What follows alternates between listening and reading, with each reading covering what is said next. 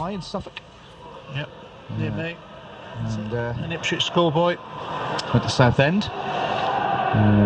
Well, can he make an impact in this game?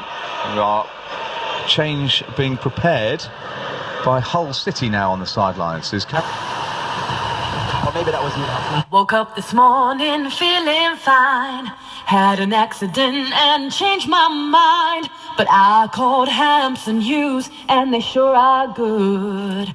For your £1,500 upfront on all accepted cases from the experts in personal injury, text H.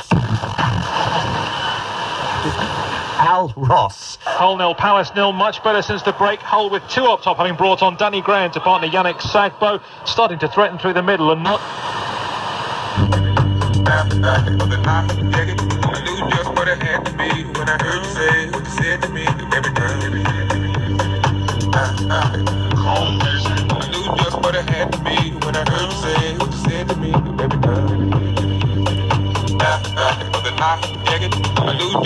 Ben Pearce, What I Might Do on BBC Radio 1 before that, Breach.